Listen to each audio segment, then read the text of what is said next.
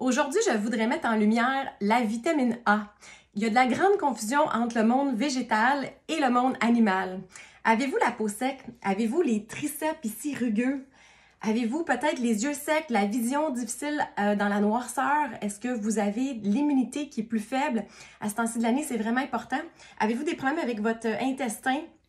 C'est toutes des questions à se poser par rapport à la vitamine A. Donc, c'est vraiment important de savoir que c'est un faux terme quand on voit sur les sacs de carottes de la vitamine A.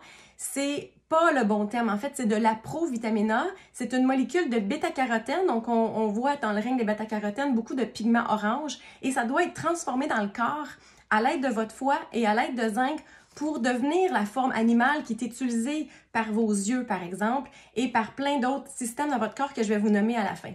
Donc, c'est vraiment, vraiment important de savoir que si vous êtes végane ou végétarien, vous n'avez peut-être pas la capacité de transformer la forme végétale en forme animale parce qu'il y a des SNP génétiques. Est-ce que vous connaissez ce terme-là?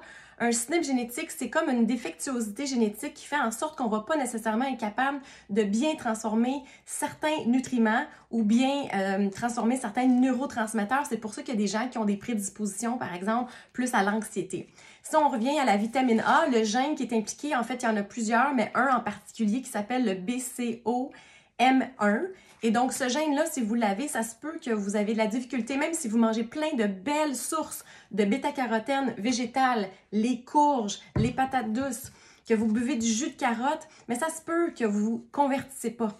Donc, qu'est-ce qui arrive dans ce temps-là, c'est que ça s'accumule dans les tissus. Donc, on voit les gens des fois avec un teint orange, même les pommes oranges, surtout si vous buvez du jus de carotte.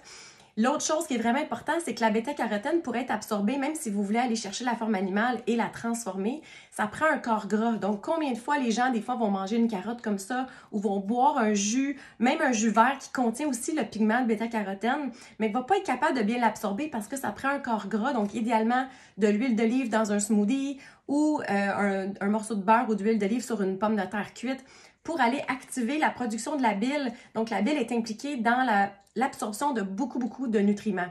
Donc, pour venir au gène, ça se peut que vous transformez mal la belle bêta-carotène en forme animale pour aller justement aider votre peau à être moins sec.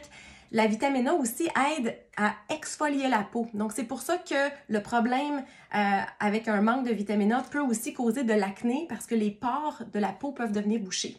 D'ailleurs, il y a un traitement médical qui est avec de la vitamine A synthétique qui est utilisé depuis super longtemps, que je ne vous conseille pas. Il y a beaucoup d'effets secondaires, donc prenez vraiment le temps de regarder c'est quoi les options naturelles avant d'aller vers la cutane. Il y a même des études qui démontrent que ça peut affecter le cerveau, la cutane. Mais la cutane, c'est de la vitamine A synthétique. Qu'est-ce que ça fait? C'est que ça force votre peau à s'exfolier et ça règle beaucoup de problèmes d'acné. Mais si on pense à la cause, si on a une optique plus naturopathique, d'aller jouer au détective, il faut se poser la question pourquoi que la personne a de l'acné. Donc, il y a plusieurs causes, entre autres, le manque de vraie vitamine A. Donc, une autre source de vitamine A, mais sous forme animale, déjà transformée pour votre corps, le terme, c'est rétinol. Donc, rétinol, on l'entend souvent pour les yeux. C'est la forme de vitamine A qui est biodisponible pour le corps. Vous en avez naturellement dans le beurre. Je suggère vraiment le beurre bio parce que dans les gras, on accumule les toxines, les pesticides. J'adore la compagnie Ancêtre québécoise. Donc, c'est ça qui donne la belle petite couleur au beurre. Ensuite, qu'est-ce qu'on veut aussi? C'est possiblement regarder des recettes qui vont nous apporter des formes de vitamine A sous forme rétinol le plus possible, surtout si vous pensez que vous avez une grande lacune parce que vous n'avez pas mangé de forme depuis longtemps ou vous croyez que vous ne convertissez pas bien la forme végétale parce que vous avez les picots, parce que vous avez la peau sec.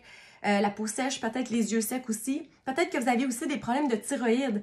La vitamine A est impliquée dans le récepteur des hormones thyroïdiennes. Donc, le récepteur, c'est qu'est-ce qui va agripper l'hormone pour rendre l'hormone, dans le fond, active. Donc, on peut penser au récepteur comme une serrure et l'hormone thyroïdienne comme une clé. Mais si votre récepteur n'a pas de vitamine A, la clé, elle rentrera peut-être pas. Donc, c'est vraiment important d'aller au-delà de juste la médication pour la thyroïde. Des fois, c'est de voir est-ce que la médication est utilisée par votre cellule. Vitamine A, vitamine D, c'est impliqué dans ça. Donc, juste pour pas que j'oublie rien, quittez pas avant la fin si vous êtes en âge d'avoir des bébés. Il y a des contre-indications pour la grossesse. Mais je vais vous montrer une façon vraiment facile et excellente d'intégrer une source de vitamine A dans votre alimentation. C'est de faire des beaux pâtés. Donc, vous avez ça dans mon livre de 100 recettes sans gluten, des recettes ancestrales, basé sur la logique et l'intelligence de nos ancêtres. Donc, un super beau pâté que vous pouvez faire au romarin, vous pouvez l'aromatiser à la façon que vous voulez. Vous pouvez le faire avec du foie de volaille ou du foie de veau, idéalement bio. Donc, il faut encore aller voir c'est quoi la logique de nos ancêtres, de nos grands-parents, des autres cultures.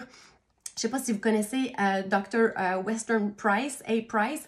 Il a fait le tour du monde pour analyser plein d'alimentations de peuples qui étaient plus avec de l'ancienne alimentation. Il a découvert qu'en analysant la bouche, les dents, les gencives, tous ces peuples-là avaient beaucoup plus de nutriments que nous, dont la vitamine A qui était cruciale pour les dents, pour les os, pour les gencives.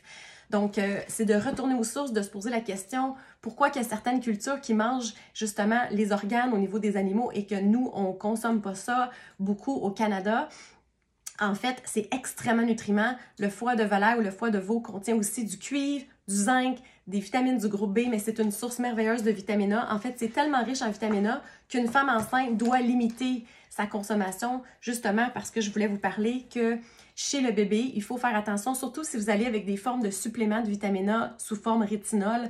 Ça peut s'accumuler dans le corps. Donc, il y a des études qui vont mettre des mises en garde extrêmes. Les nouvelles recherches disent que c'est moins dangereux qu'on a cru dans le passé. Par contre, je vous conseillerais de vraiment consulter une naturopathe ou un naturopathe agréé si vous êtes dans les âges de possiblement tomber enceinte, parce que si vous prenez des hautes doses, c'est la même chose qu'avec le médicament, ça peut affecter le fœtus. Donc, soyez très prudents et peut-être arrêtez de prendre un supplément au moins 3 mois avant la grossesse et de ne pas toucher à la forme rétinol en grande quantité. Informez-vous pour voir, il y a des petites quantités qui peuvent être données, qui peuvent être très intéressantes pour la santé de la maman, la santé du bébé, mais il ne faut pas faire des surdoses. Donc, je ne veux pas rentrer dans les détails aujourd'hui parce que ça peut être du cas par cas, selon votre état, selon votre poids aussi. Mais pour retourner au niveau des propriétés de la vitamine A, c'est extraordinaire pour le système immunitaire de votre intestin. Donc, ça va aider les IgA. Les IgA, c'est extrêmement important. C'est une partie importante parce qu'il y a environ 80% de votre système immunitaire qui part de l'intestin. Donc, si vous avez des maladies inflammatoires de l'intestin, si vous avez un terrain possiblement qui est déséquilibré au niveau de l'immunité, informez-vous de l'équilibre parce que la vitamine A travaille avec la vitamine D. Et je vous en parle aussi ces temps-ci parce que c'est l'hiver qui arrive bientôt. Les gens, des fois, vont se bourrer en vitamine D, oublient la vitamine A et ça cause un déséquilibre vraiment important au niveau du métabolisme des os, au niveau de votre immunité.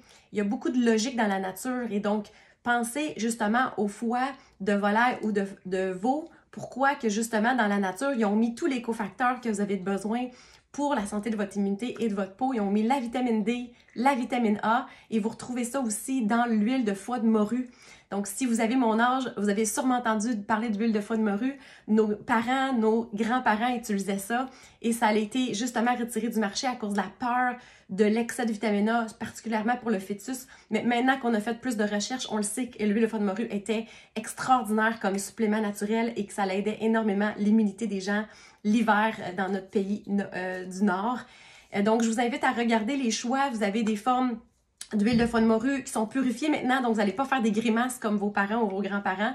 Moi, je travaille avec la compagnie Designs for Health, qui est une compagnie vraiment extrêmement de qualité, une ligne professionnelle. Le produit ici, il est non seulement émulsifié, donc vous allez mieux l'absorber pour ceux qui ont de la malabsorption ou qui ont plus de vésicule biliaire. Très important quand vous travaillez avec des vitamines liposolubles, donc des vitamines dans la famille des vitamines grasses. Donc souvent, ils vont être en gélule ou ils vont être en liquide gras. Très important de prendre au repas et de s'assurer de fabriquer suffisamment de bile. Donc, si vous n'avez pas votre vésicule biliaire, vous accumulez plus la bile au repas et à ce moment-là, ça peut être intéressant de travailler avec une belle compagnie qui va aller mettre des ingrédients qui vont émulsifier en micro-gouttelettes et qui vont vous absorber ils vont vous permettre de mieux absorber vos nutriments. Vous pouvez faire la même chose pour la vitamine D qui est très importante à ce temps-ci de l'année avec le manque de soleil.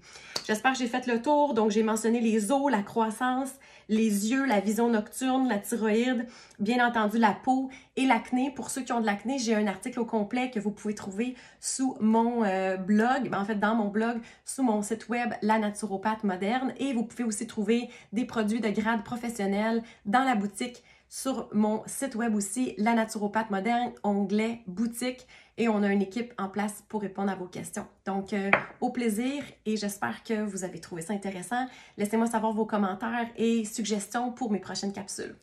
À bientôt!